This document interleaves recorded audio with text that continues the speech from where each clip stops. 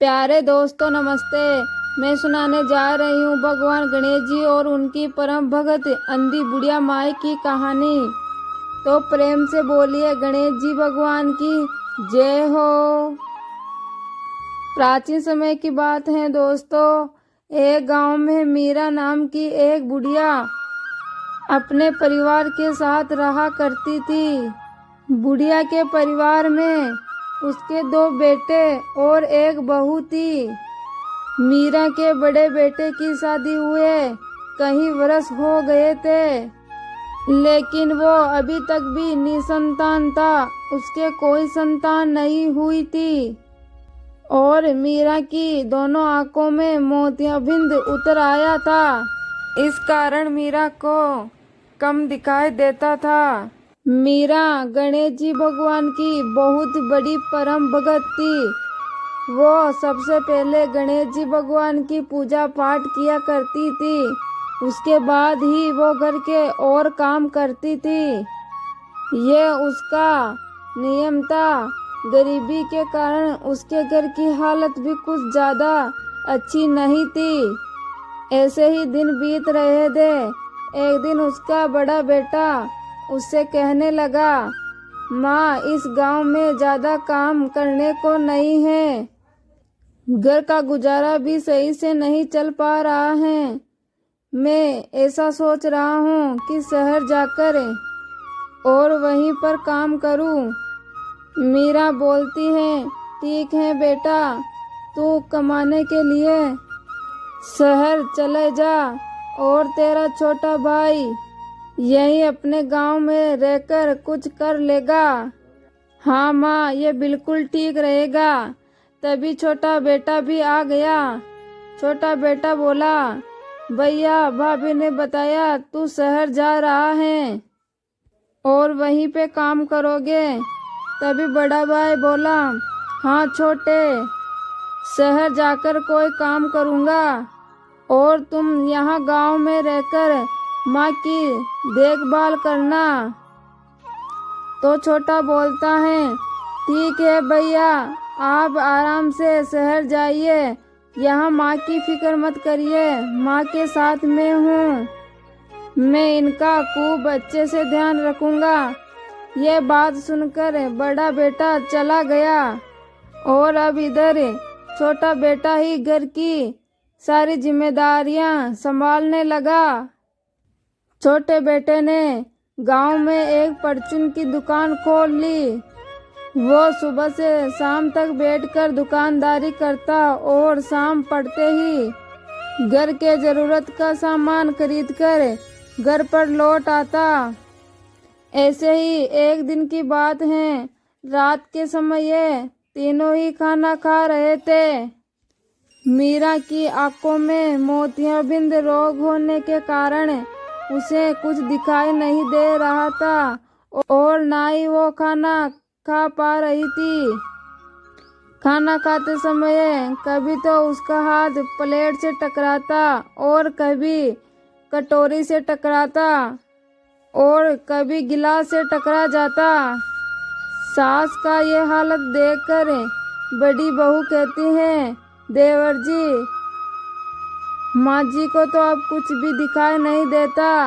इनकी ये हालत मुझसे नहीं देखी जाती।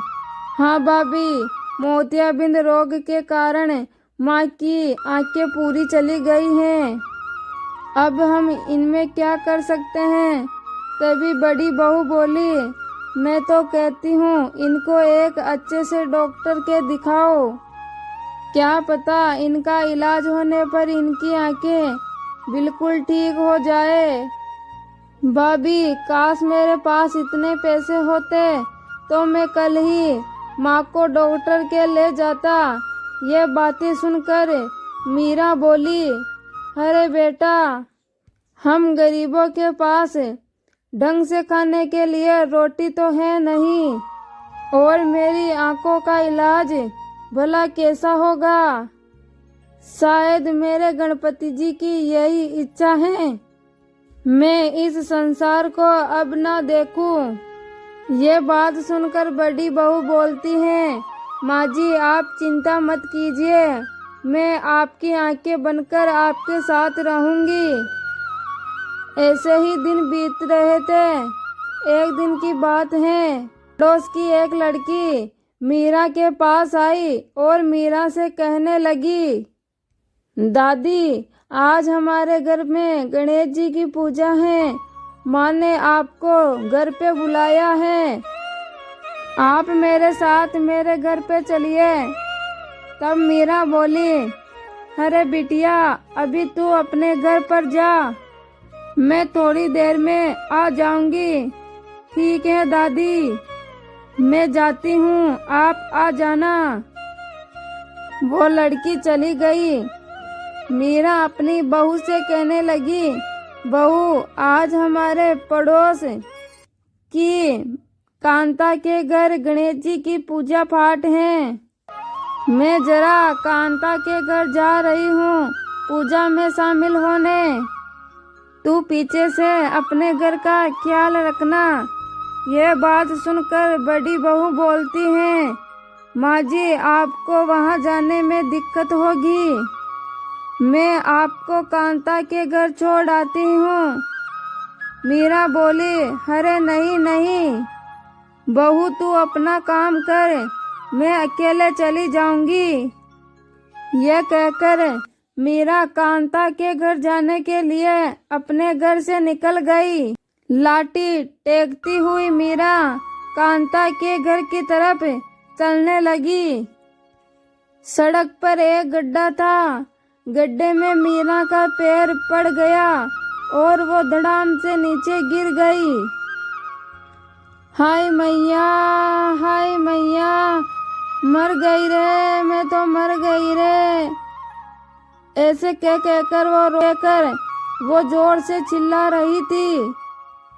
तभी सामने से मीरा का छोटा बेटा आ रहा था, तो वो बोला, अरे माँ, तू इस गड्ढे में कैसे गिर गई? बेटा, मैं कांता के घर पूजा में शामिल होने जा रही थी और रास्ते में यह गड्ढा दिखाई नहीं दिया और मैं इसमें गिर गई। फिर बेटा मीरा को सहारा देकर अपने घर वापस ले आया। ऐसे ही कुछ दिन बीत गए। गणेश चतुर्थी भी आ गई।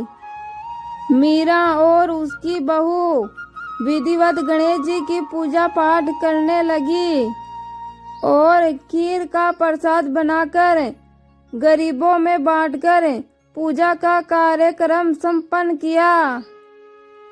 फिर रात हो गई। सभी अपने अपने बिस्तर पर गहरी नींद में सो गए। फिर आधी रात में मीरा के घर में गणेश जी प्रकट हुए और कहने लगे, मीरा उठो, देखो मैं स्वयं तुम्हारे सामने खड़ा हूँ। जागो मीरा, जागो। यह बात जब मीरा के कानों में पड़ी तो वो झट से बिस्तर पर बैठ गई। वैसे तो मीरा को कुछ भी दिखाई नहीं देता था। गणेश जी उसको साफ साफ दिखाई दे रहे थे। मीरा गणेश जी भगवान को देखकर बोलती है, हे गणपति बाबा, आपके दर्शन से ही मेरी आंखें ठीक हो गई। आपके दर्शन पाकर तो मैं धन्य हो गई प्रभु। आपको कोटि कोटि प्रणाम प्रभु, आपको कोटि कोटि प्रणाम। यह सुनकर गणेश जी बोलते हैं, मीरा, अभी तेरी आंखें बिल्कुल ठीक नहीं हुई हैं। ये तो तुम केवल मेरे दिव्य रूप को ही देख पा रही हो। मैं तुम्हारी सच्ची भक्ति से प्रसन्न हूँ और मैं तुझे एक वरदान देना चाहता हूँ। तुम कोई भी एक वरदान मांग लो, मैं तुम्हें एक वरदान दे दूंगा। गणेश जी भगवान की बात सुनकर सोच में पड़ गई। क्या मांगू प्रभु, मुझे तो कुछ समझ में नहीं आ रहा। मेरी तो बुद्धि ही काम नहीं कर रही है। तब गणेश जी बोले, मैं जानता हूँ पुत्री, तुम इस समय एक विचित्र परिस्थिति में उलझ गई हो और तुम समझ नहीं पा रही हो कि तुम मुझसे क्या वरदान मांगो। हाँ मेरे भगवान, बिल्कुल ऐसी ही बात है। तो गणेश जी बोले, तुम ऐसा करो पुत्री, अच्छे सोच विचार कर लो, अपने परिवार से पूछ लो कि तुम्हें कौन सा एक वरदान मुझसे मांगना चाहिए।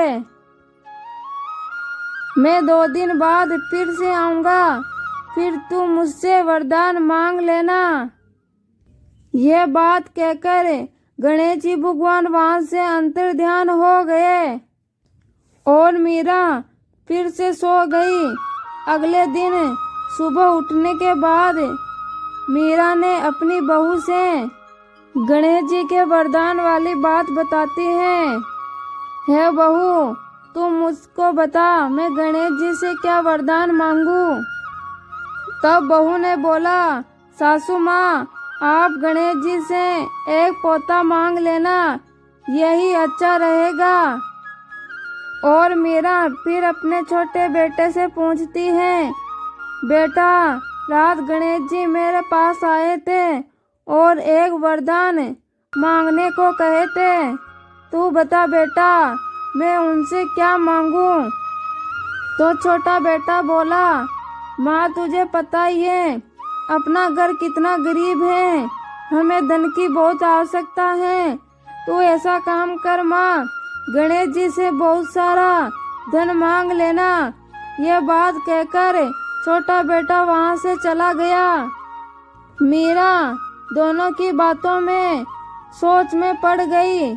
बहू तो अपने मांग रही है और बेटा अपने लिए मांग रहा है।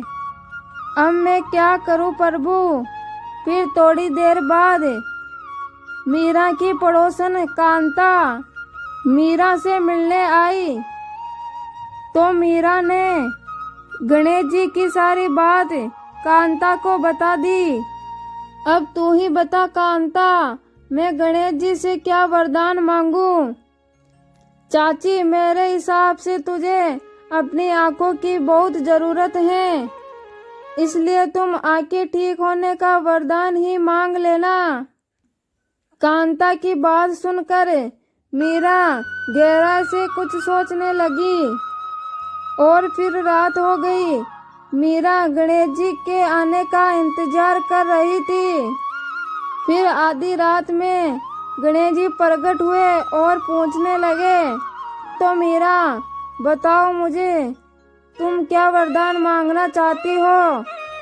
हे विघ्नहर्ता, मैं आपसे ये वरदान मांगना चाहती हूँ कि मैं अपने पोते को सोने के पलंग पर अपनी आंखों से सोता हुआ देखूं। बस यही एक वरदान मुझे दे दो प्रभु। मीरा के ये वरदान की बात सुनकर गणेश जी मुस्कुराने लगे और कहने लगे, तुम बहुत चतुर हो मीरा। तूने मुझसे एक ही वरदान में 3 वरदान मांग लिए। तुम अपनी चतुराई से मुझे ठग रही हो। तभी बूढ़ी माई बोली, हे विनायक जी, मुझे जो मांगना था वो मैंने मांग लिया। अब आप मुझे मेरा मांगा हुआ वरदान देकर अपना वादा पूरा कीजिए। यह बात सुनकर गणेश जी फिर हंसने लगे और बोले, मैं तेरी इस चतुराई से भी बहुत प्रसन्न हूँ। तुम्हारा यह मांगा हुआ वरदान अवश्य ही पूरा होगा। तथास्तु, यह कहकर गणेश जी वहाँ से अंतर्ध्यान हो गए। फिर मीरा की आंखें वापस लौट आई। उनकी झोपड़ी के जगह पर एक बड़ा सा आलीशान महल बन गया। और फिर कुछ महीनों के बाद मीरा की बहू को एक सुंदर बेटा पैदा हुआ। इस तरह मीरा ने अपनी चतुराई से गणेश जी को ठग कर अपनी गरीबी और अपने परिवार की खुशियाँ एक ही झटके में ठीक करा ली और अपना जीवन खुशहाल बना लिया। तो प्यारे दोस्तों, ये थी गणेश जी भगवान और अंधी बूढ़ी माई भगत की कहानी। आशा करती हूँ आपको यह कहानी पसंद आएगी। पसंद आए तो कहानी को लाइक, शेयर, कमेंट और अपने YouTube चैनल को सब्सक्राइब कर देना। धन्यवाद।